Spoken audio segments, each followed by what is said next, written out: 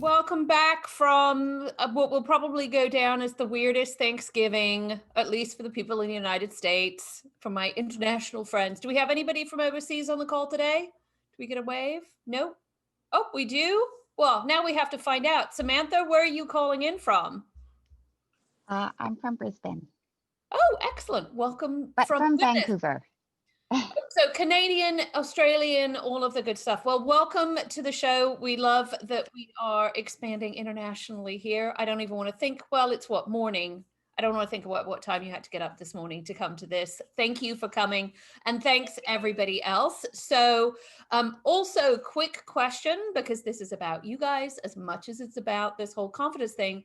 How many of you, just by a little wave of hands again, or if your camera's off, let's see your thumbs up. How many of you have seen one of the famous Joanna transformations before? Couple of you guys. Okay, that gives us an idea of who's new. We are going to be looking for volunteers today. So if you are interested in volunteering, we are going to be doing them today. Stick your name in the chat as I'm going to be checking in with Kelly, or at least checking in there and asking. Let's get the voices there. So why, what are we talking about this whole confidence thing, and why is this whole confidence thing really important to me when we talk about this idea of the future you? There are a number of reasons, but primarily, I start with this simple idea of when you are thinking about talking about yourself and teaching other people who you are and what you're all about, the first thing that needs to happen is you need to believe in the product of you. Because if you don't believe it, then nothing else can happen. Like, how many of you, when somebody has said, like, why are you great at what you do, or has asked you to do some self-promotion or something like that, how many of you are like, ugh, yuck, no, can't do it? Yeah.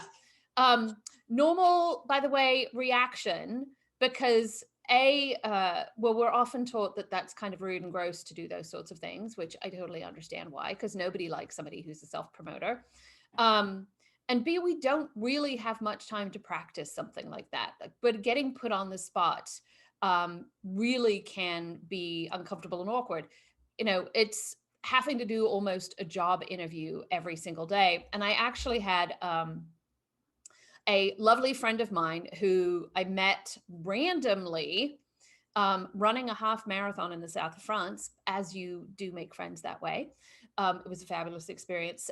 Sent me an email this week because she had seen the newsletter from this week and wrote back and said, oh my God, I had to put a one-pager together on why I should get a promotion to be able to give to my boss. And she said it was an awful, terrible thing to have to do. And I didn't know what to say. And I didn't know what to do. And I'm terrible, I'm terrible, I'm terrible. And she goes, so clearly, this is no news to you. And can you help me? And I wrote back and said, of course, because she is brilliant. And if her boss was asking her for information on how to promote her, it's because he believes she's ready for promotion, but needs help in selling her through. Because this is the opportunity that you are missing if you are not thoughtful and strategic about how to teach other people about the future you. Because truth bomb, your boss is not actually the only person who makes a decision about whether you get a promotion or not, whether you get a raise or not, whether you get put on an opportunity. There are usually multiple other decision makers. And I can tell you, as a former giver of promotions and raises and all sorts of things, I had to be able to justify not only why I was giving it to a certain individual, but also why not other people. Probably the most difficult example of that is when I had, 3 or 4 really brilliant individuals, but only one bucket of money or one promotion that I could give. And so not only why does this one person get it, but why do the other 3 not? And the messaging that comes through it. Now, is that the boss's responsibility? Absolutely. They should know how to do this. Although, well, level check. How many of you guys have had a boss who did an absolutely terrible job of doing that? I'd be shocked if we didn't. I know I have done a terrible job at times of doing that. And, mea culpa on this one. Learning, but we all have to do that. And so I come back to this very simple idea on you are teaching people about the future you all the time. And you should be really thoughtful and strategic about it, because the more comfortable you get doing it, the more authentic and less braggy it sounds. And the easier it is for other people to learn how to talk about you and what your unique value is and all of the things that you want somebody to be able to do really easily. And when you get very clear about who you are, why it is valuable to somebody else, and do that consistently over time, the easier it is for people to say yes to whatever your future state is going to be. And I'm guessing you are all here because you have a future state scenario that you are trying to shift. You are either trying to get a promotion or get a new job or personal development, or God forbid, in Andrea's case, which is the one for this morning, we need to do some education with your boss. It's really thinking about that. So within that context, as we are all in that scenario, here are the 3 questions when you're saying, okay, I need to get confident about myself. I need to start thinking about how do I make it easy for people to choose the future me? There are 3 questions that you need to ask, and they are all important. You can't just do one and be all like, I'm happy and I'm done. You have to do all 3. 1, who is the future you? So actually understanding what is your unique value and making it both recognizable enough so that people go, oh, I get that, but also original enough that it's you. 2, why would the other person, or why would your customer in this scenario care about this future you? You might think you are all sorts of fabulous and delivering all sorts of value, but if your customer doesn't want to buy it, it doesn't actually matter. And yes, you'll notice I'm using customer language in here, and we're going to talk about that some more. And then last but not least, how do you teach people about this future you? So how do you actually get this idea of here's who I am and this is why I'm valuable out into the world, so that you are actually teaching the people in your network how to talk about you in rooms that you are not in. So we are going to start, let me stop that, by doing those 3 questions with people. So who is ready to be confident about themselves already and wants to be one of my demo partners for a second? Kelly, did we have anybody in chat? I see a hand go up. Nobody has put anything in the chat box yet. Sherry, I saw your hand go up, so go you. Hooray, Sherry, everybody be on team. We are now all on team Sherry. Can I hear you? I saw the mute button go off, but let's see if I, awesome. Okay. Okay, so as you all, if you are new to the world of Joanna, you will also know that context matters. While all of these lessons are universal, your situation, what's happening to you and why you need this to happen is unique to you. This is why I talk about Cinderella, because if the fairy godmother had showed up and Cinderella had said, I want to go to a basketball game, she would have had a completely different outfit. I will also add there, if Cinderella had showed up and said, I want to marry the prince, there would have also been a different strategy. All she said was, I want to go boogie at the party.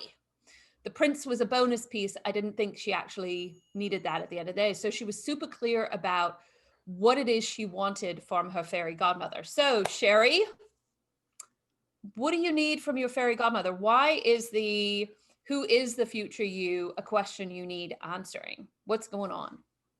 I'll try to keep this concise. I worked in the music business for 20 years and it was amazing and great, but then I lost the love.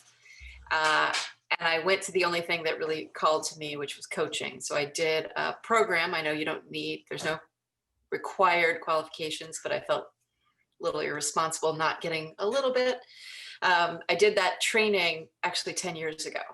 And then I flirted with coaching. I'd have a client here or there. I was very low-key coaching. And then I actually did my yoga teacher training and focused a lot more on teaching yoga, primarily out of fear.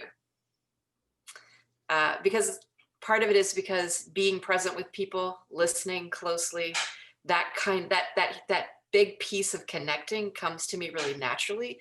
And so it felt like, oh yeah, you shouldn't charge people for something that everybody can do or anybody can do. I know. So I've always grappled with this, this piece. And then there's also the imposter thing. Like, well, you need to do another training or get another degree, or you're not quite ready. I mean, you can't really ask somebody to pay you when you're still not as great as you should be, like who you will be in the future. So that's all the story. Okay. So is your ask? My ask of my fairy godmother is to help me fully step into coaching as a full-time focus and commit to it. And is your coaching practice going to be a hybrid of this executive coaching and the health piece on the yoga, or are you going to make that a thing together, or is it just the professional coaching? I'm not interested in specifically being a health coach. And I feel deeply that there are a lot of things around yoga philosophy that resonate about getting grounded, being present, being authentic, living in the moment. Those are all things that to me bridge between the two worlds. So they are related to me very clearly. Okay. But I'm not saying to people, ooh, come do yoga if they don't already do yoga. But Okay. I am saying there's some energy work that can be done. Okay. Awesome. That's helpful. Okay. First of all, and I do this because I want you all to see how many of you already can hear a little bit about why Sherry is uniquely awesome. We've got a couple of hands go up. Stephanie, can I unmute you for a second? Or can you unmute for a second? Because I think this feedback layer is actually super helpful. It's one of the first things I always, if you go through the value adventure or if you decide to do one-on-one coaching with me, the first thing I make you do is go ask other people what they think about who you are and what you're about. So Stephanie, in your words, why do you think Sherry is awesome? I think that her desire to help people comes across very well and it's authentic. And I can see that maybe she needs a little help focusing, but all the pieces are there, and I personally am a big proponent of like energy and being present and being mindful and stuff like that. So that appeals to someone like me. I can understand maybe it doesn't appeal with everyone, but I can see where for the right people, that would be a good calling card or something that would draw them to her. Mm-hmm. Awesome. Thank you, Stephanie. Sherry, how did you feel about that feedback?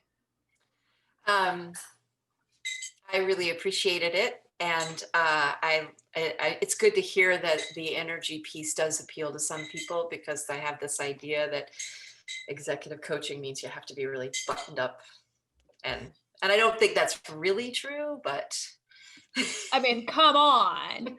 Well, first of all, so my other question is on the confidence dialometer, do you feel a little bit more confident now you just heard what Stephanie had to say?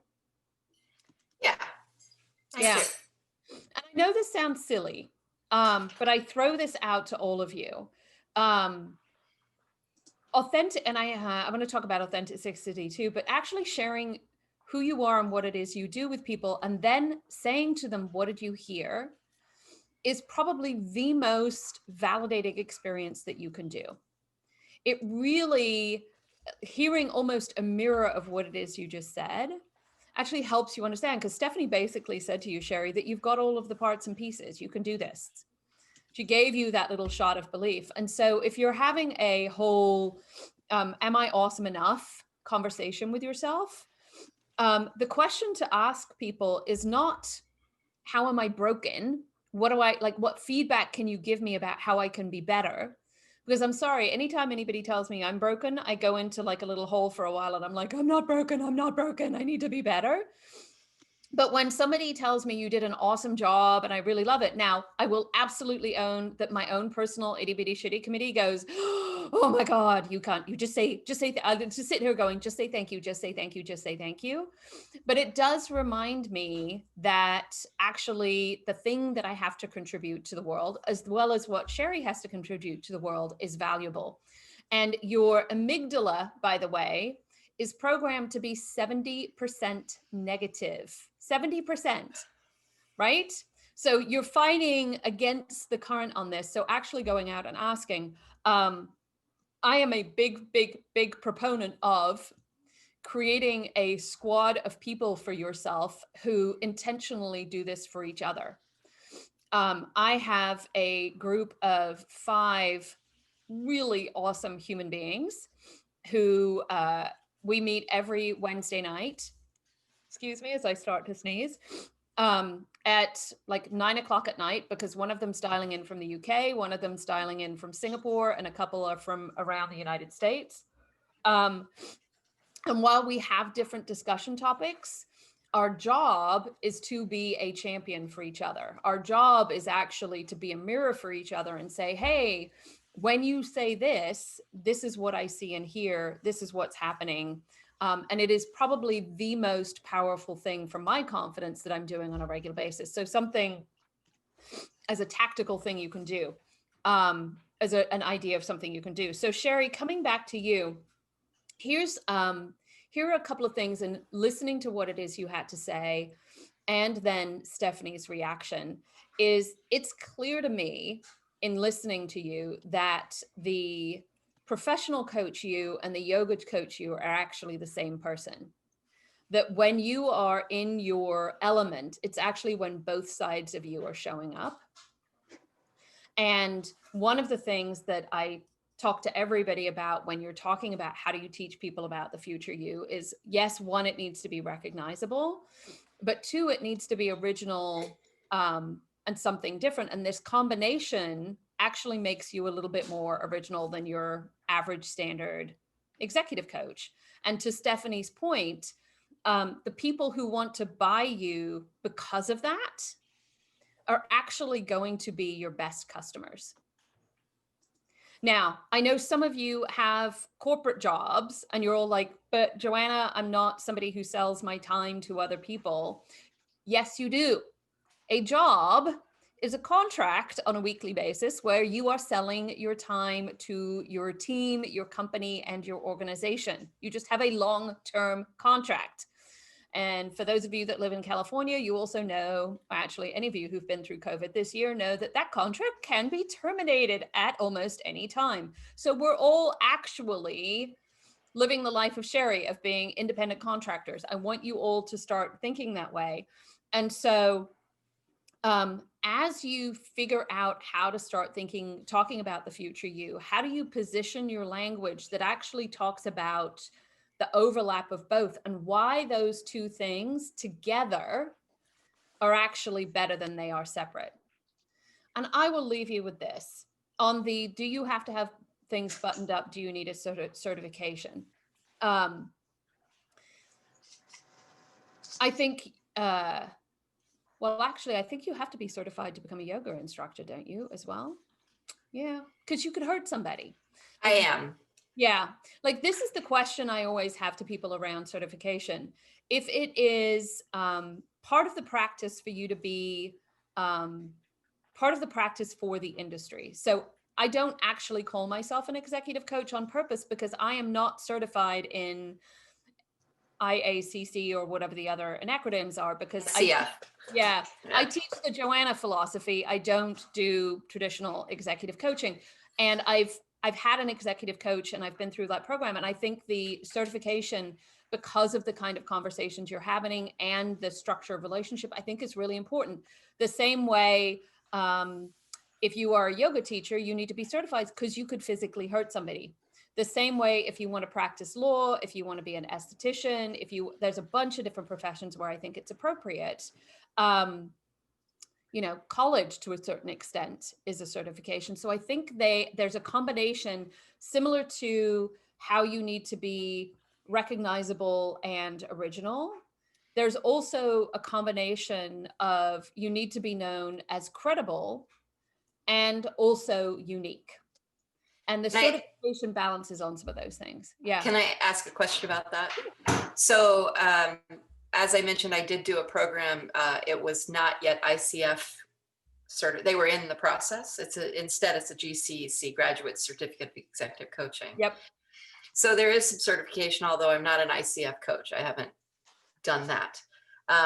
But really, so I agree with you that there's reasons for certification so that people can recognize you as being proficient. But what I raised really was that I hide out from stepping into it by saying, well, I still I'm not a ICF coach, and I'm not valuable enough because I don't have enough letters after my name. So this is more like this little story that's going on. I agree about proficiency, and I agree about. Well, I say this because I share these because it's talking for everybody, because the professional equivalent of certification, if you think about the corporate world, is the companies you work for. Right. Like as an example, and I'm just going to share this because part of how these sessions go, Sherry, I know you're new, is I share these in broader context for the whole audience around your situation. But I have a friend who used to be an executive at Disney, and he would share with me that he got, and I quote, more calls from recruiters because of the mouse than any other role in his job. And he's had some pretty cool jobs. He's been a CEO for a gaming startup, all sorts of different things. But because he's been part of the Disney brand, that is in essence the certification. And that's why I actually think the letters matter, but they're just letters and labels. And there's two, you actually need to make a choice to let that go and say they are labels that are additive. The conversation that needs to change in your head is through activity. You are kind of in the stage of training wheels on your bike, and you're telling me that you're too afraid to take the little balancer things off. And the reality is if you just you may crash a couple of times, but once you find the momentum and that balance for you as a professional, which comes in the shape of successful clients, my guess is that conversation will start to go away. But if you lead with the stickers, that's what other people would lead with. And there's clearly something else to happen there. Okay, so let's move on to the other category of teaching people about the future you. Who has I have a pretty good idea about what my value is, but I'm having a hard time getting other people to understand, and I say that specifically, understand what it is. Dawn, who is a blonde today. Yeah, we're shaking it up. For those of you that don't know, part of Dawn's personal brand is she entertains me each week with a different hair color, which I find endlessly amusing. I think it tells a story. You should continue with it. So what's the story you're trying to tell, and how do you think it's landing? Give me the context. I'm trying to level up in my career. So directly with my company, but certainly outside of my company to make that well known within my network and beyond for what other opportunities might be out there. And I feel like I've got a good handle on the skill set, but I'm not sure it kind of reminds me, I think one of the conversations you and I had is I was selling something they weren't buying. And that really hit home for that particular opportunity. So I'm trying to make sure I'm selling what they need to buy. And how do I keep positioning that, as well as keep adding to that skill set to have that my future self will have to be able to sell to them. Okay. Ooh, there's a lot there and a lot of Joanna-isms in there. I'm gonna caveat this with a little bit. For those of you that don't know, we have all sorts of prizes and activities on this call. And Dawn, I don't know if you've been told yet, but you have won a private one-on-one session with me from doing a challenge before, which is awesome. So we're gonna get into the weeds a little bit more here. Well, so let me ask the question. There's two pieces to this because there's a lot to unpack. One, there's you've been selling a product that other people don't want to buy. And then there was the ask of like, well, what are the other things that I need to be able to make sure I am as marketable as possible? Yep.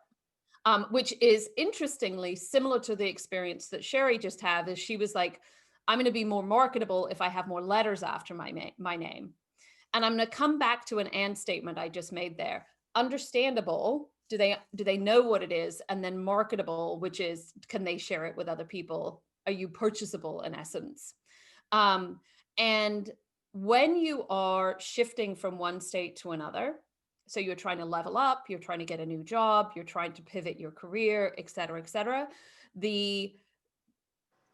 what is the product and how do you make it really simple to buy is the advice I always give to people. And so while, yes, because we are human beings, and in the workplace, your career should be this amazing adventure where there are shifts and turns. And part of why you want to go work in an opportunity is not only so that you can see that your work matters, but also so you can learn new things and get excited and curious about things. Like, I understand those two and statements have to exist.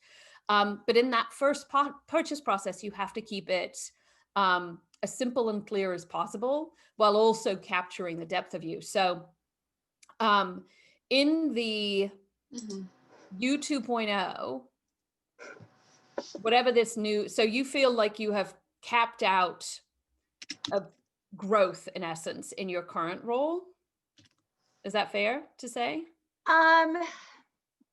Well, I think I'm on that track. Okay. I feel like there's always something new to learn and I can go deeper, which I'm interested in doing. But then I wonder what else is out there, right? If I need to look at other things. Okay. Well, then I'm actually, so this is actually a very interesting conversation because we started at Dawn saying, Joanna, how do you teach me how to, in essence, sell myself better? And what I would argue is you are not actually clear about what the product is that you want to sell yet, and that you need to back that step up and figure that out first. And remind me when we chat, and I will send you a worksheet that I help have people do with this. But when you're trying to sell more than one product, people start getting confused. And the question I would then ask you, if looking, because I mean, yes, fairy godmother right here, but part of my job is to help other people buy you. And so the first step of that is really understanding not only what is the product today, but where does it want to go? And you've just given me two paths that you could go down. You could go down, I want to become more of an expert in this area. Or you could be like, I want to add a new set of skills and experiences to my roster. And I know that you're not, this isn't, if you were early in your career and you were asking this, I'd be like, no big deal, take easy path. You're in a learning phase at this point. It doesn't actually matter because you don't have to commit if you're under the age of 30. If you are over the age of 30, these become more important, especially the more senior you become in an organization. Because if you think about the senior members of an organization, they are experts in their field, or they are very broad generalists. The really senior people are both. And so the question I have for you, Dawn, is, do you want to double down on expert at something really focused, or do you feel like there needs to be new tools added to the toolkit based on what your future plans are? So I'm not going to go into all the details. As an example, if your goal is to continue working at your company, continue to provide more value, or have an opportunity at another company doing similar sort of role, I would probably say maybe more the expertise is certainly something to think about. If, however, you were saying to me, well, Joanna, in my heart of hearts, always, ever, and forever, I've wanted to become an entrepreneur, as an example, very like that's a whole different career path, whole different area. The question I would then ask you is incremental expertise in this area going to get you to that goal? That's your goal. Or do you need to go do a rotation in, I don't know, the finance department or a different area of the organization so you can get more tools in your toolkit so that you can manifest the future you? So it's really coming back and having a future you conversation before you start selling. And this is, by the way, folks, probably the number one thing I run into with everybody that we work with, whether you go through the value adventure by yourself or whether you get one-on-one with me, is we will have a pretty tough conversation about getting clear around what is your ball and where is it you want to go. Because often that's actually kind of vague. Like for most people, I have found, the last time we had a clear idea of what our goal was when we knew where we wanted to go to university or go to school. Like, what is the thing that we needed to go there? And then after that, it was like, wait a second, there are so many options. It's really difficult. And so really focusing that in, having a conversation. So you've given me the challenge for this week. I always think about this on the fly, is there. Okay, so you've got some homework to do, young lady. Yes, ma'am. Thank you.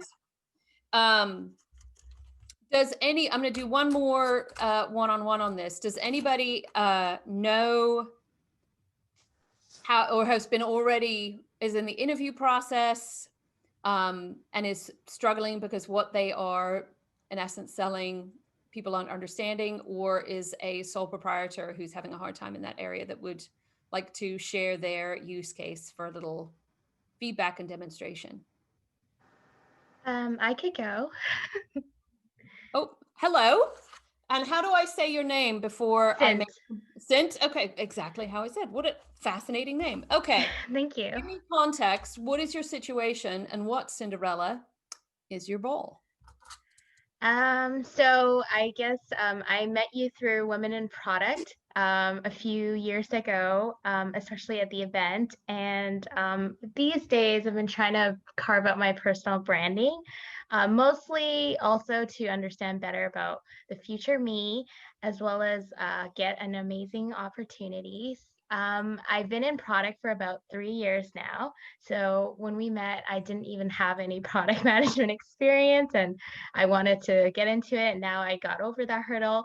But now it's that sweet spot of like, I'm not really a senior yet, at the same time, trying to make my way into roles that are asking for more. And I do like apply and I do go through interview process, even though I don't meet a certain qualification or years of experience.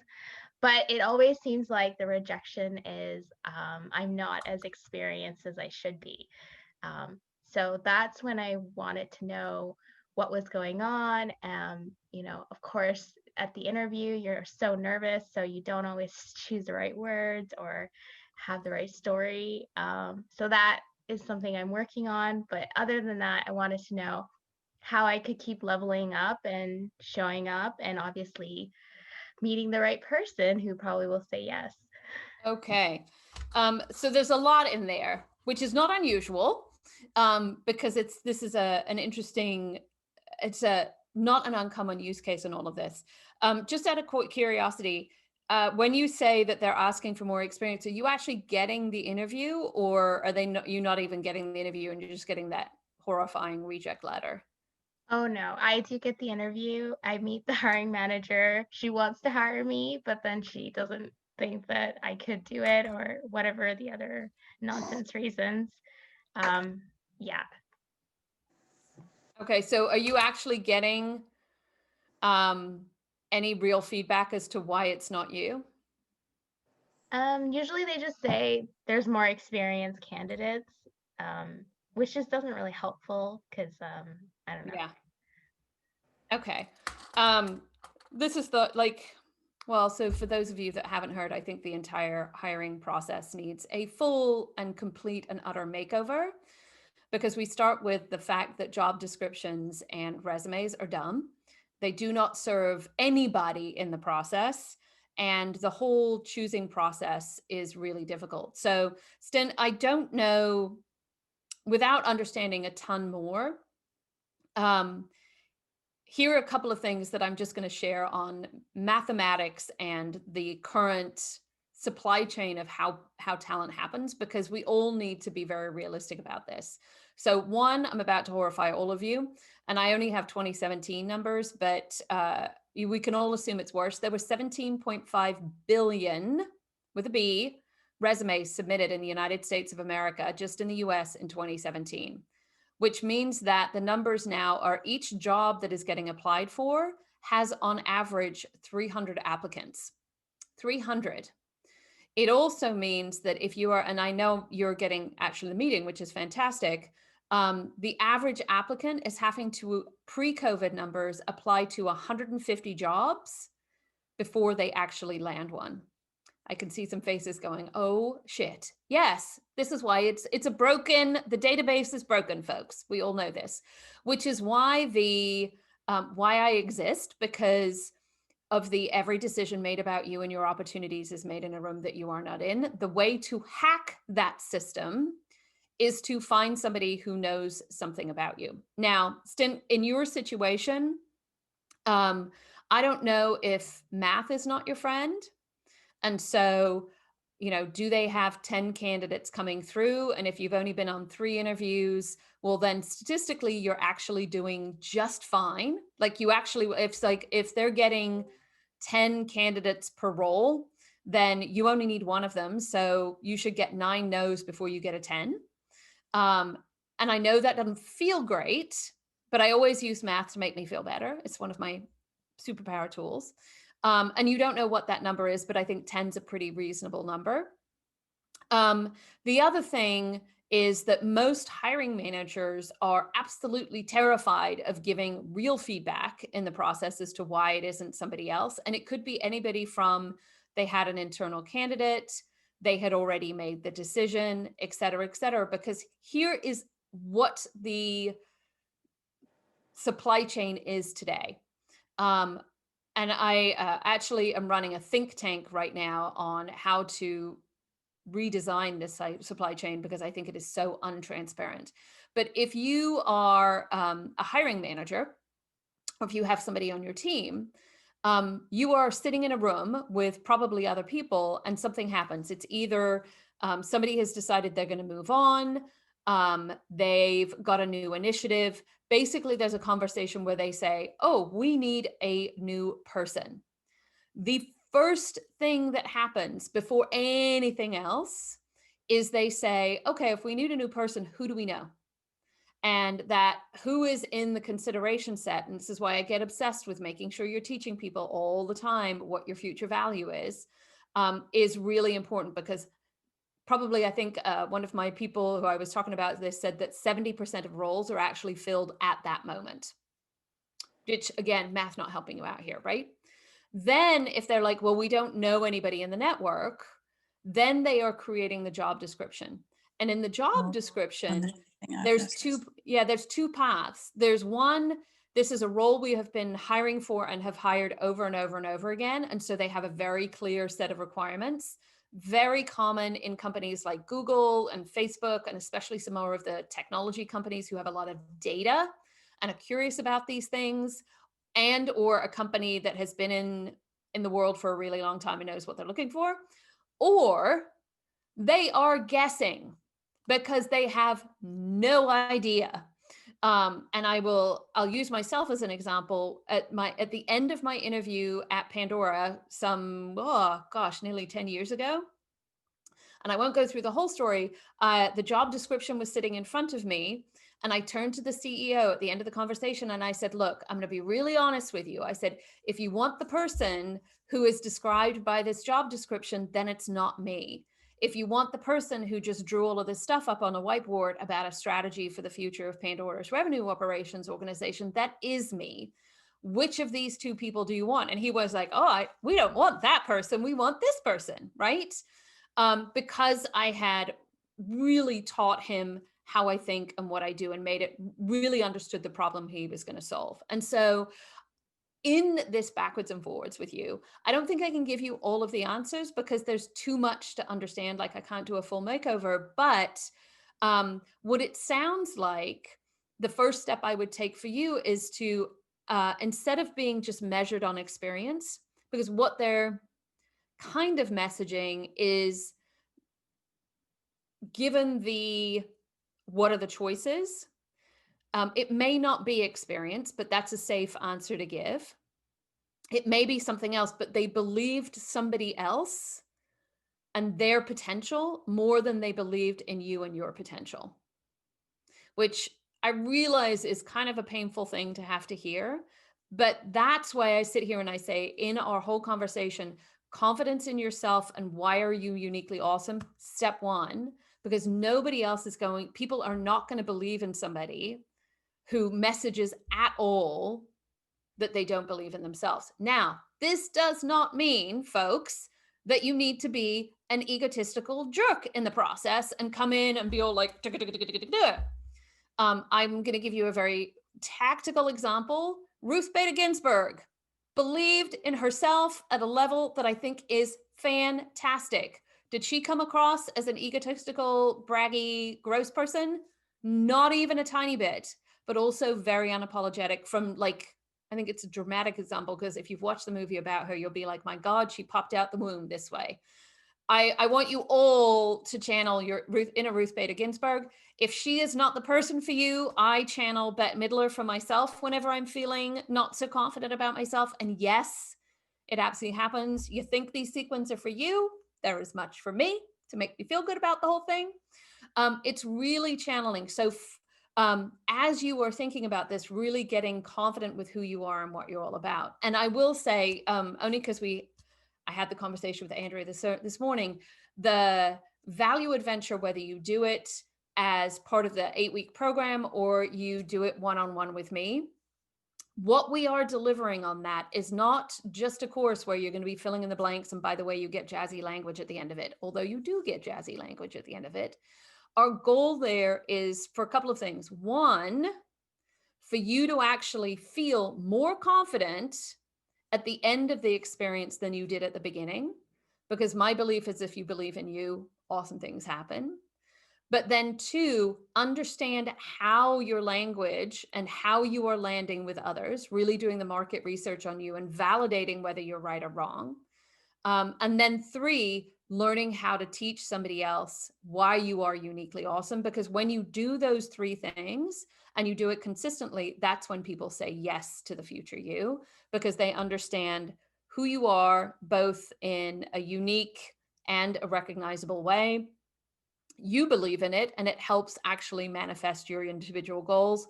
And most importantly, they figured out how to teach other people, because similar to the promotion we were talking about with Dawn, in your scenario, like, was the sell through of the other person easier, which sadly is often the decision making. That said, keep applying, keep going for it, because you've talked about how interviewing is hard for you because you're out of practice. Look at these as practice opportunities.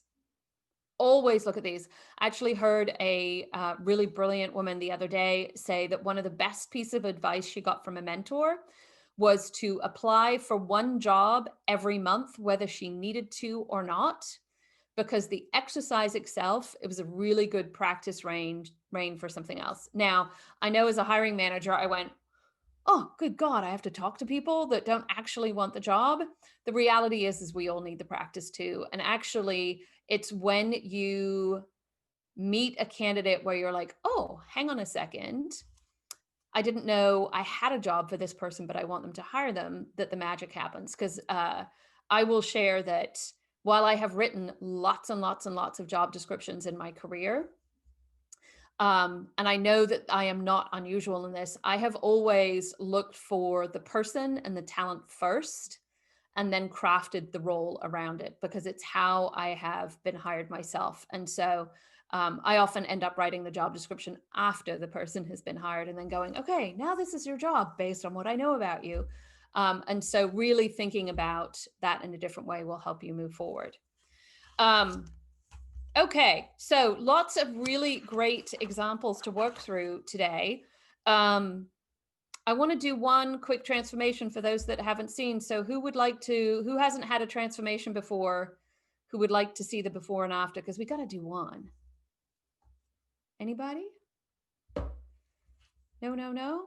All right, I'm not going to push you guys to it. No, I'll do one. All right, well, you know what? Sherry volunteered and didn't actually, I think she was hoping for one, I didn't work one. Let's do a quick one because I got a little context. So Sherry, how do you answer that today, if I was to meet you, the new minted executive coach, how do you answer the question, what do you do? I work with teams and individuals to identify their goals and set out a plan to get them there. Okay, not bad. Set out a plan. However, a bit generic. Yes, I think, yeah, right? it is. But that Totally. doesn't sound very different. Why are you good at this? Time to brag. Why am I good at this? Yeah. I think I'm good at this because I really do have a capacity to listen deeply. Why is that important? Because we're very rarely truly seen or heard. And it's hard to step into your power if you don't feel seen or heard. Okay. Okay, so you've just given me everything I think that we need. Because your way you can introduce yourself is to be able to meet your personal goals as an individual or a team. You have to know how to step into your power. And to step into your power, you have to be really seen and really heard so that you can learn who that person is. And as a deep listener, I listen for how people are seen and heard so that they can step into the power so that they can hit their goals. Sounds amazing. Magic. Thank you for the applause, folks. That's And I'm just going to unpack this. This is, again, what you get when you go through the value adventure. You get your version of this. I just did the super fast demo version. I will say I made a huge amount of assumptions on there and did what I consider the cheap version of it, because all I did was take your value and your belief, and I reverse engineered it and said, okay, so what is the belief? What is the solution to that belief? So therefore, this is what I do. And when you say it that way, people can go, I agree with that belief. Will you say that again? You No. didn't do it? Okay. Oh, what, the actual sentence or my formula? I took your belief Yes. about the problem and I put the problem at the beginning. There's not a product on the planet that we buy because of its features. We buy every single product on the planet based on what it can do for us in the future, the problem that it solves. I bought this fabulous red lipstick because it would make me look young and healthy on these, and I love a good red lipstick, right? Every single product on the planet, including human beings. And so start with the idea or the problem, then the why is this important? And then you say, and this is what I do. And that's why it comes across as teaching people, because you're teaching somebody your ideas as opposed to telling them why you are awesome. And if you teach people, they can then choose to say, I agree or I don't agree. And if they don't agree with you, then they are not your customer. I know it all sounds very simple when I say it out loud. In reality, it gets very difficult because you are absolutely correct. To be able to, this is the same, you and I are in the same world in that ultimately, the way you do this at the end of the day, it is easier for people when you are confident and clear about who you are and your value. Well, then your ability to have impact certainly is exponential. So some of you just heard about how Dawn won a session because she did stuff. She loved doing stuff, but it does also mean there's time in the point of the live show before we run out of time to give away this week's free one-on-one, which is 30 minutes with me, where I ask all sorts of nosy questions and probably shout at you and tell you to do better. But at the end of the day, give you some guidance. So Kylie, let's spin the wheel. Oh my God. All of Here these we go. names. I'm going to have a hunch. We're going to have somebody who did not. So Liz, oh, Jenny got it by a whisker. I don't think she is on the call today. We will be reaching out to her. Oh, you are. Hooray. Congratulations. I look forward to meeting you in person. Awesome. So the team's likewise. going to be, the team will be sending out, an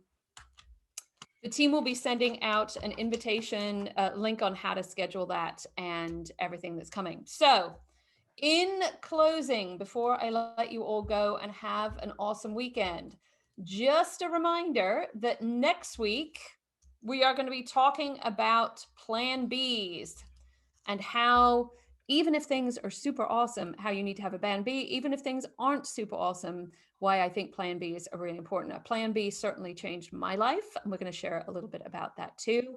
Also, for those of you that are not aware, Kelly got her wiggle on yesterday because we got stuff done over the Thanksgiving holiday, and all of January's shows are up on the Eventbrite link, which we can drop in the chat if you want to start registering for January. We have decided that 2021 is, well, for now, all of these shows are going to continue being free moving forward. So do keep coming, invite your friends and all of that good sort of stuff. We have all sorts of new things like special guests coming on the show. I'm actually interviewing the first one on Saturday. So we're going to have some guests coming in and talking from different perspectives. So you don't just have to hear about me. We will be still doing prizes and giveaways. Last thing, if you have hung out with me at all, you will know that you can have all the jazzy language in the world, but if you do not do something with it, nothing happens. And so I always like to end a show with a challenge. And so this week, I would love us to all take a page out of Stephanie's book and go validate. So go find just one person who knows you professionally. So FYI, this cannot be your mom or your bestie. This needs to be a professional person. And specifically, I would like you to level up a tiny bit and find somebody who has more relationship capital, social influence than you do. So this person may scare you a tiny bit, and say to them, I was on this show with this crazy lady in sequins, AKA blame me, because then they'll be all like, well, this is some other person's idea, just in case you're worried about them judging. And say to them, look, I learned on the show that I need to get more confident talking about myself, and talking about myself starts with how people see me. So when you see me out in the wild, what is it you see? And just listen to their answer. You're not looking for feedback. You are just listening for what is their mirror of what it is you do, and how they see you, because you all have a personal brand today. The question I have for you is it serving you? So thank you all for coming. If you have other questions, please always feel free to reach out to us at hello@the Amplify Lab. We are always watching. And I hope to see all of you and friends and more at future shows, and have a great weekend. So thanks, guys. Thank you. Ultimately, we're here to help you figure out how to teach other people who the future you is, so that you can be you in the future. Because the clearer you are about who you are, what you want, and teach other people why that's awesome, the more likely you get to be you. I know, it's a bit of a circle. I'm Joanna, your potentialist and fairy godmother, and I wish you the very best. Thanks for coming.